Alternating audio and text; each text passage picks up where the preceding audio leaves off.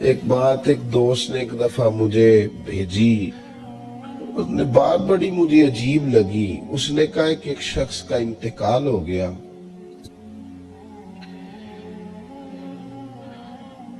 تو وہ جب اس کو دفن کرنے لگے جنازہ پڑھ کے، تو ایک آدمی نے اس کی چارپائی پکڑ لی۔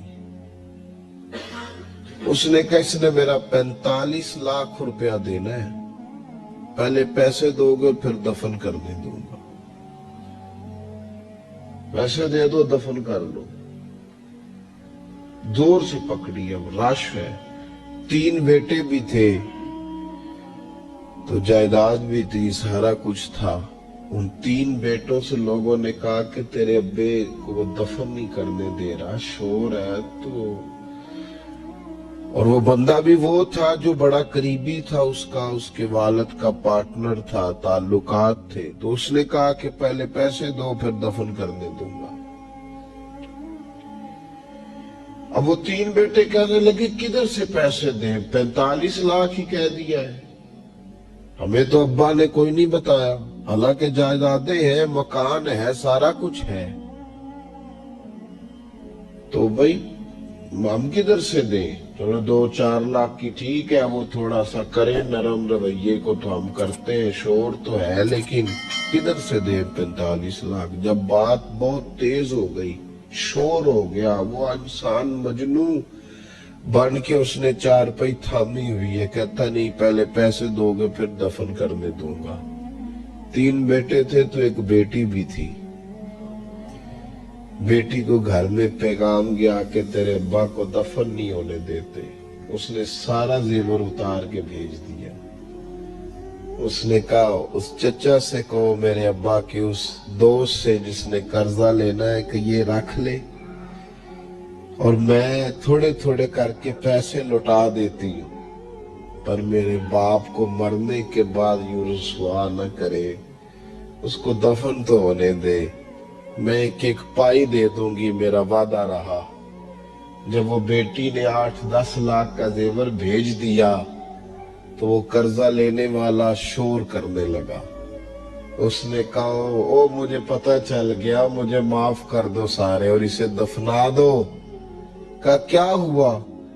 تو وہ کہنے لگا میں نے اس سے 45 لاکھ لینا نہیں تھا، میں نے دینا تھا، تو میں غور کر رہا تھا کہ اگر تو میں نے اعلان کر دیا نا کہ 45 لاکھ میں نے دینا ہے تو 110 نکل آئیں گے وارث کہ مجھے بھی دو مجھے بھی دو، تو میں نے یہ رویہ اس لیے اختیار کیا ہے کہ میں دیکھو اس کا اصل وارث ہے کون۔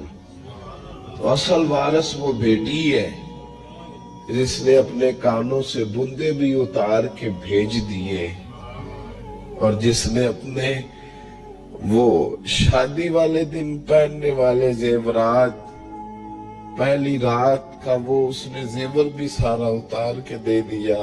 اس نے کہا کہ باپ کا کفن نہ میلا ہو جائے، تو اصل وارث بچی ہے۔ اس نے کہا اس نے مجھے وصیت کی تھی ہر ایک کو نہ دے دینا، میرے اصل وارث کو دینا، تو مجھے اصل وارث مل گیا ہے، اب میں کسی اور کو نہیں دوں گا، اس بیٹی کو دوں گا جس نے باپ کے لیے قربانی دی۔ تو یاد رکھے جنہ لی تو پاپ کمائے ہو کتھے نہیں تیرے کر دے۔ تو اس لین دین کے معاملات اپنے صاف ستھرے رکھے، ان کے اندر کسی قسم کی وہ چیز نہ پیدا کرے کہ جو ہمارے لیے بڑی باعث پریشانی بن جائے۔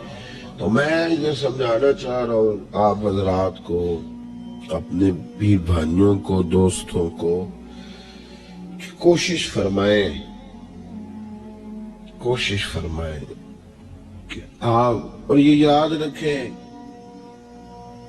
وہ میری اماں کبھی کبھی میرے ننھیال سے نا کوئی چیز آتی تھی نا بطور تحفہ کے کسی چیز، تو میری اماں کہتی تھی میرے ماموں سے یا میرے نانا سے کہ بس ٹھیک ہے یہ آپ تھوڑا سا دے جائیں باقی لے جائیں، تو کہتے نہیں رکھ لے۔ تو اماں کہا کرتی تھی کہ اپنے گھر سے بندہ کھائے تو پھر ہی پوری پڑتی ہے، کوئی دے گا تو کیا اس میں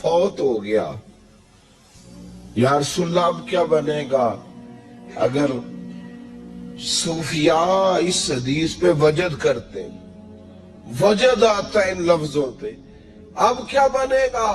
تو میرے محبوب فرمانے لگے قیامت کے دن اللہ اپنی رحمت سے اس کے قرضے ادا فرما دے گا.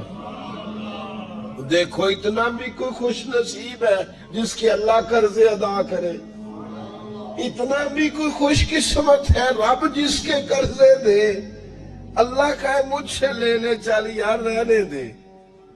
او بھائی ان لفظوں کو دیکھیں نا، جس سے مبارکہ میں سرکار دو عالم صلی اللہ علیہ وسلم نے فرمایا قیامت کے دن دو بھائی، ایک بھائی پہلے انتقال کر گیا، ایک بعد میں فوت ہوا. جو پہلے چلا گیا اس کے کچھ حقوق بعد والے نے دینے تھے، سمجھ لے کچھ قرضے تھے. اب وہ پہلے فوت ہوا، اسے بعد میں احساس ہوا، اس نے کوشش بھی کی، معافیاں بھی مانگی، لیکن اب وہ فوت ہو چکا تھا.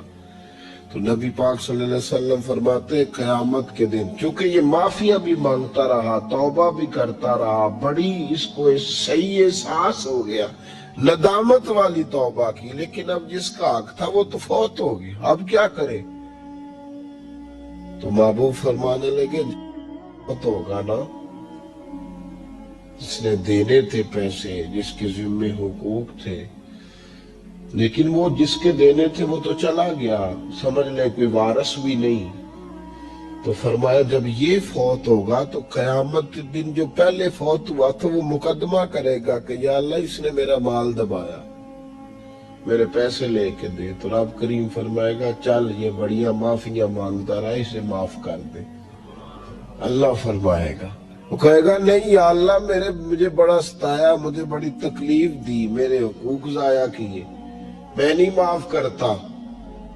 تو رب کریم فرمائے گا ذرا اوپر اٹھنا، چل بعد میں بات کرتے ہیں، اٹھ تو صحیح، وہ جنت میں ایک محل بنا ہوا ہے، ذرا اس کی طرف تو نظر ڈال.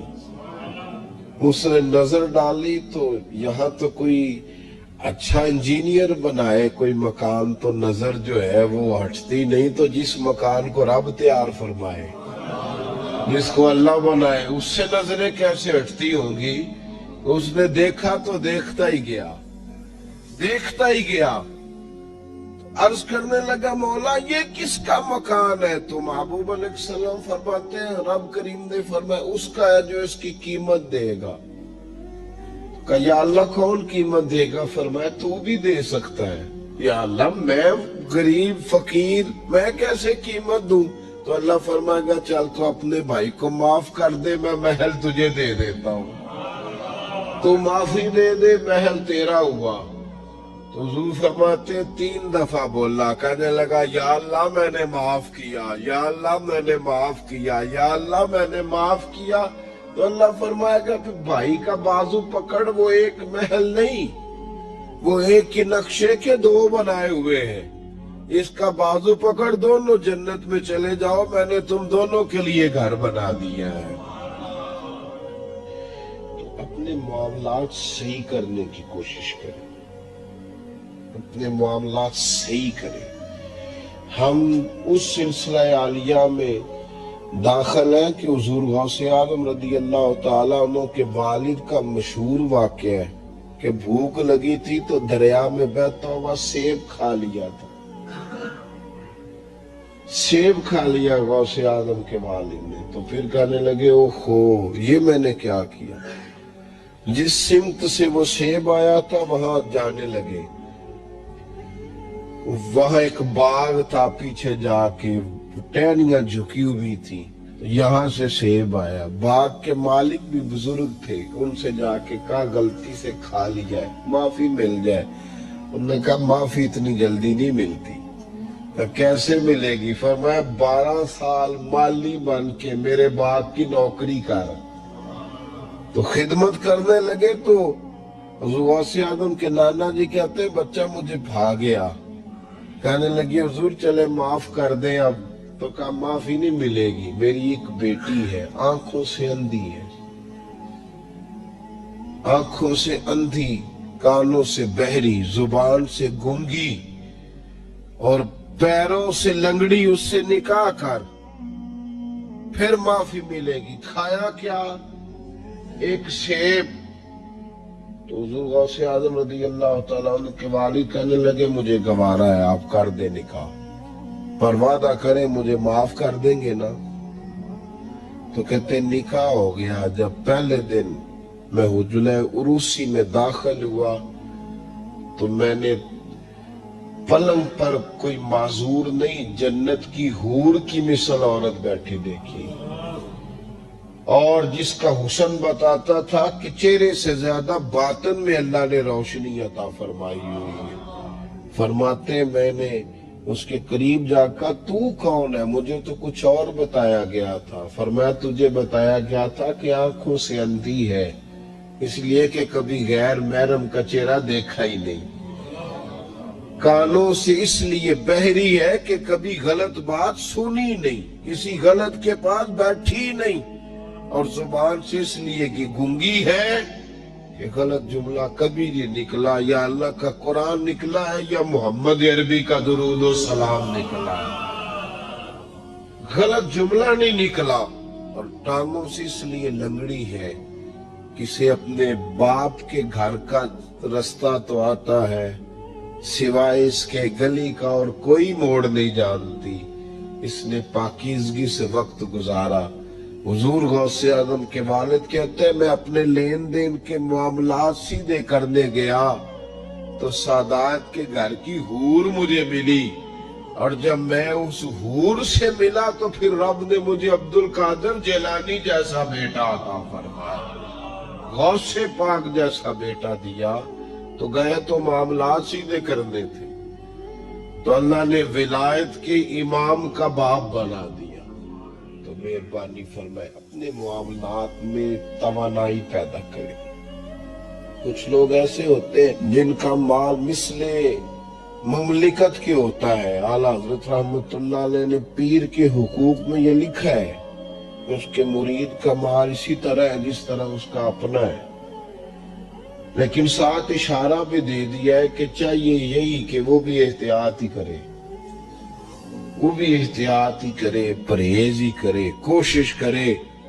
اور آپ فرماتے ہیں چونکہ باپ کی حیثیت رکھتا ہے تو ضروری تو نہیں نا باپ بیٹے کی کمائی کھائے، کبھی کبھی بیٹے بھی باپ کی کھا ہی لیتے. اس طرح بھی توجہ کر لے، کوئی حرج نہیں. اپنے معاملات کو صحیح رکھے، لینے دینے کے معاملات کے اندر کبھی کمی نہ لائے. یہ چیز اگر پیدا ہو جاتی ہے نا تو آپ یقین کریں وقار ہی تو انسان کے پاس ہوتا ہے، وہ ضائع ہو جاتا ہے تو نقصان ہوتا ہے. تھوڑے میں وقت گزارے، بڑی مزیدار زندگی ہوتی ہے انسان کی.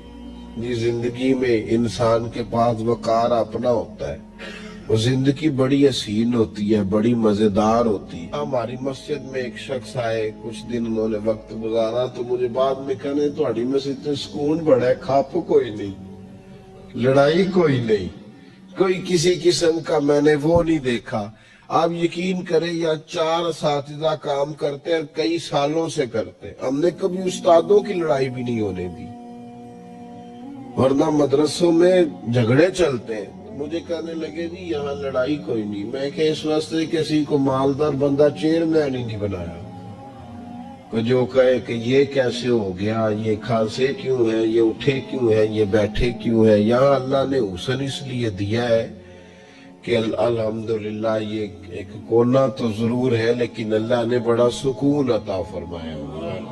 تو یہ اس وقت ہوتا ہے جب آپ کسی سے کچھ لیتے ہیں تو پھر آپ کو اس کے نخرے بھی برداشت کرنے پڑتے ہیں، پھر آپ کو دیکھنا بھی پڑتا ہے، اس کے آنے پہ کھڑے بھی ہونا پڑتا ہے. اس لیے لین دین کے معاملات کو 110% صحیح رکھیں. یہ میری وصیت نہیں آپ حضرات کو، اس کو میرا حکم سمجھیں، حکم سمجھیں اس کو. اور آپ قطعی طور پہ میری پیر بھائیوں سے گزارش ہے کہ لین دین کے معاملات کو چھوڑ دیں سارا کچھ. اللہ بڑا کریم ہے. ایک کمرے میں بھی انسان کی زندگی بیت سکتی ہے، لیکن لین دین کے معاملات میں 110% اپنے آپ کو صاف رکھیں اور اپنی وصیت کو ہمیشہ اس میں سستی نہیں کریں.